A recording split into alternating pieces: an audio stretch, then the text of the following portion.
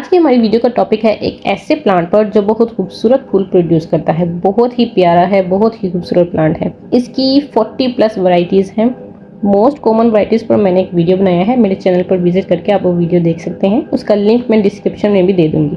Thumbnail से आपको idea हो गया होगा कि मैं किस प्लांट की बात कर रही हूँ। जी, मैं बात कर रही हूँ हिबिस्कस प्लांट की। उर्दू में इसको गुलनार भी कहते हैं, हिंदी में इसको गुलहर भी कहते हैं। इसके फूल डिफरेंट कलर्स के, डिफरेंट शेप्स में, डिफरेंट साइजेस के होते हैं। बहुत ही प्यारे फूल होते हैं। नॉन स्टॉप सारा साल चलने वाला प्लांट है। इस वीडियो में मैं इसकी एक ऐसी प्रॉब्लम डिस्कस करने जा रही हूँ जो मानसून में अक्सर आपको फेस करनी पड़ती है।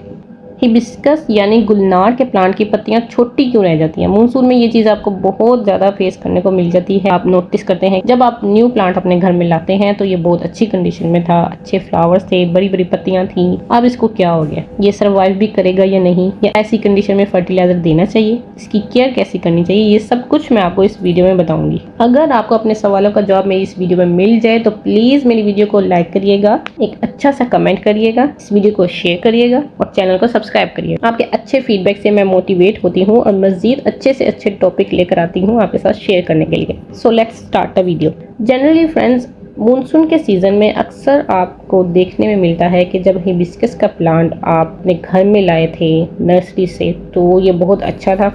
इसकी लीव्स बहुत बड़ी बड़ी थी, लेकिन जब रेनी सीजन आया है तो जब इसकी न्यू लीव्स आई हैं तो वो साइज में छोटी आ रही हैं। ऐसा क्यों है? अगर आपके प्लांट की लीव्स छोटी आ रही हैं तो आपको डरने की बिल्कुल भी जरूरत नहीं है। ये बिल्कुल नॉर्मल सी बात है। हिबिस्कस प्लांट की लीव्स मानसून सीजन में साइज में छोटी रह जाती है। सबसे पहले तो आप ये जान लें कि हिबिस्कस यानी गुलनार जो प्लांट है वो सारा साल ब्लूमिंग करता है। नवंबर में इस पर पेस्ट का अटैक होने लगता है, दिसंबर में इसकी लीव्स येलो होकर गिर जाती हैं, जनवरी में आपको फिर से इसकी केयर स्टार्ट करनी होती है, इसको फिर से रेडी करना होता है, इस पर पेस्टिसाइड, इंसेक्टिसाइड करना होता है, इसे फर्टिलाइजर देना होता है, ट्रिमिंग, प्रूनिंग कुछ भी कर सकते हैं इसको सीजन के स्टार्ट होने पर, की रूट प्रूनिंग कर सकते हैं। अगर आपने रीपॉटिंग करनी है तो वो भी कर सकते हैं आप। यानी जनवरी में आपको अपने प्लांट की सारी तैयारी शुरू करनी होती है।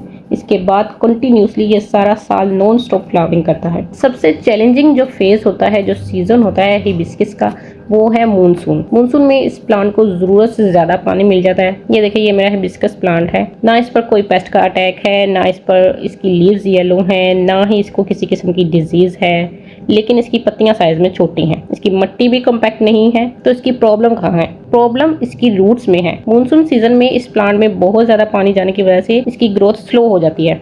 इस पर जो लीव्स आती हैं वो भी साइज में छोटी रह जाती हैं। वैसे तो बारिश का पानी हमारे प्लांट्स के लिए बहुत अच्छा होता है, बहुत बेस्ट होता है, लेकिन एक्सेस रेन आपके प्लांट्स के लिए अच्छी नहीं है। अगर आपके पास, आपके एरिया में कंटिन्यूसली बारिश होती जा रही है मानसून में, तो बहुत ज़्यादा पानी हिबिस्कस में जाना बिल्कुल भी मुनासिब नहीं है। इसकी न्यू लीव्स छोटी रह जाती हैं साइज में, इसका कलर भी लाइट हो जाता है। इन सब का सोल्यूशन क्या है? सबसे पहली चीज़ जो हिबिस्कस में स्मॉल लीव्स में मैटर करती है वो ये है कि इसका पॉट का सिलेक्शन। हिबिस्कस के लिए अगर आप पॉट का सिलेक्शन करने जा रहे हैं तो बहुत ख्याल करिए कि इसका पॉट ऐसा होना चाहिए जिसमें ड्रेनेज होल काफ़ी ज़्यादा हो। इस पॉट में पानी रुकना नहीं चाहिए। अगर पानी रुकेगा तो रूट्स ख़राब होंगी, और अगर रूट्स ख़राब होंगी, वीक होंगी, तो प्लांट की ग्रोथ भी स्लो होगी। इसलिए हिबिस्कस के लिए आप फैंसी और डेकोरेटिव प्लांट्स को चूज़ बिल्कुल भी मत करें। इसके लिए वेल ड्रेन होल वाला पॉट ही सिलेक्ट करें। और अगर आप अपने प्लांट में ज़्यादा फ्लावरिंग लेना चाहते हैं, इसकी ज़्यादा ब्लूमिंग लेना चाहते हैं, तो आपको इस चीज़ का खास ख्याल रखना है कि आप इसका जो पॉट ले रही हैं उसमें ड्रेनेज होल ज़्यादा हों। पानी उसमें बिल्कुल भी नहीं ठहरना चाहिए। इस प्लांट के लिए आप क्ले पॉट लेंगे तो ज़्यादा बेहतर है, और अगर आप प्लास्टिक का पॉट ले रही हैं तो ऐसा पॉट लें जो नर्सरी से आते हैं, जिनके नीचे ड्रेनेज होल काफ़ी ज़्यादा होते हैं। दूसरी इंपॉर्टेंट चीज़ है पॉटिंग सॉइल। भले ही आपने अगर पॉट बहुत अच्छा ले लिया है, इसमें ड्रेनेज होल भी काफ़ी हैं, लेकिन अगर इसकी पॉटिंग सॉइल अच्छी नहीं है, वेल ड्रेन नहीं है, तो फिर आपको पॉट का भी कोई फ़ायदा नहीं होगा। आपके ड्रेनेज होल्स वाले पॉट भी आपके काम नहीं आएंगे अगर आपकी पॉटिंग सॉइल वेल ड्रेन नहीं हो। तो आपको वेल ड्रेन पॉटिंग सॉइल लेना बहुत ज़रूरी है। वेल ड्रेन आपकी पॉटिंग सॉइल बनाने के लिए सीधी और सिंपल चीज़ें हैं। अगर आप अपनी पॉटिंग सॉइल को वेल ड्रेन नहीं बनाते हैं तो आपकी पॉटिंग सॉइल लगातार मॉइस्चर होल्ड करके रखेगी और इसमें फाइबर रूट्स डेवलप नहीं होंगी, वो बिल्कुल ख़त्म हो जाएंगी, जिसकी वजह से प्लांट्स की रूट्स वीक हो जाएंगी और इस पर लीव्स भी छोटे छोटे आएंगे और वो भी बाद में येलो होकर गिर जाएंगे। पॉटिंग मिक्स में आप 50% सॉइल, 30% सैंड और 20% कंपोस्ट ऐड कर सकते हैं। सैंड आपको इसमें लाजमी डालनी है, अगर आप सैंड डालेंगे तभी आपकी सॉइल वेल ड्रेन होगी। इस 50% सॉइल और 30% सैंड और 20% कंपोस्ट से आपकी मिट्टी पोरस हो जाएगी और पॉट में पानी ज़्यादा देर तक नहीं रहेगा। तीसरी चीज़ जो आती है वो ये कि आपको अपने प्लांट में ऐसी कोई प्रॉब्लम शो होती है, लीव्स छोटे हो गए हैं या इस तरह की कोई प्रॉब्लम, तो आप फर्टिलाइज़र की तरफ चले जाते हैं। ऐसा आपने बिल्कुल भी नहीं करना है। इस स्टेज में प्लांट्स की रूट्स पे आपने फोकस करना है, इसकी रूट्स को स्ट्रॉन्ग करना है। जब रूट्स स्ट्रॉन्ग होगी तभी प्लांट पर फर्टिलाइज़र अप्लाई किया जाता है। मेरे प्लांट को आप देखें, इसमें ना ही कोई डिजीज़ है, ना ही इस पर किसी पेस्ट का अटैक हुआ है, ना ही इसमें कोई येलो लीव्स प्रॉब्लम है। मिट्टी भी इसकी बिल्कुल पोरस है, लेकिन फिर भी लीव्स छोटी हैं। क्यों है? क्योंकि इस पर बारिश का पानी ज़रूरत से ज़्यादा पड़ गया है, इसकी रूट्स वीक हो गई हैं। किसी भी प्लांट्स की लीव्स छोटी हों तो यहाँ फर्टिलाइज़र का कोई रोल नहीं है, यहाँ पर रूट्स प्रॉब्लम शो हो रही होती है। आपको रूट्स की तरफ मुतवज्जो होना है, उसको पहले आपने स्ट्रॉन्ग करना है, उसके बाद आपने किसी भी किस्म का फर्टिलाइज़र अपने प्लांट में यूज़ करना है। फर्टिलाइज़र अगर आप डालोगे तो प्लांट और ज़्यादा ख़राब हो जाएगा। आपको रूट सिस्टम पर वर्किंग करनी है, रूट सिस्टम पर फोकस करना है। रूट सिस्टम के लिए आपको ह्यूमिक एसिड प्लस फंगिसाइड, ये दोनों चीज़ें अपनी मिट्टी में यूज़ करनी चाहिए। ह्यूमिक एसिड को आप प्लांट में डायरेक्ट डाल दें या फिर आप पानी में घोल कर इसको प्लांट की मिट्टी में डाल दें।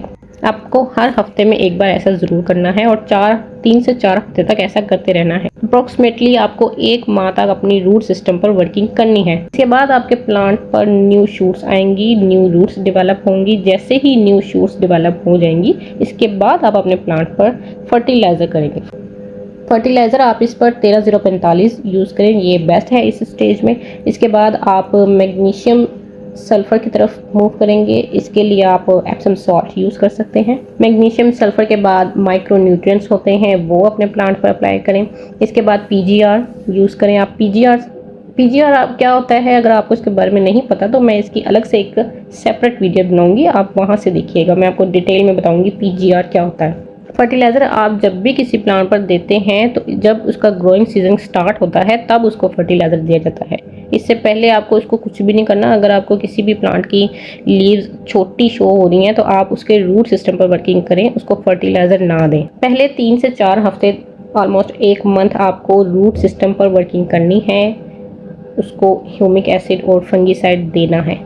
इसके बाद आपने 1 माह के बाद आपने फर्टिलाइज़र की तरफ मूव करना है, वो भी step by step different stages इसकी जो होती हैं। स्टार्ट में आप इसको 13-0-45, फिर उसके बाद आप एप्सम सॉल्ट।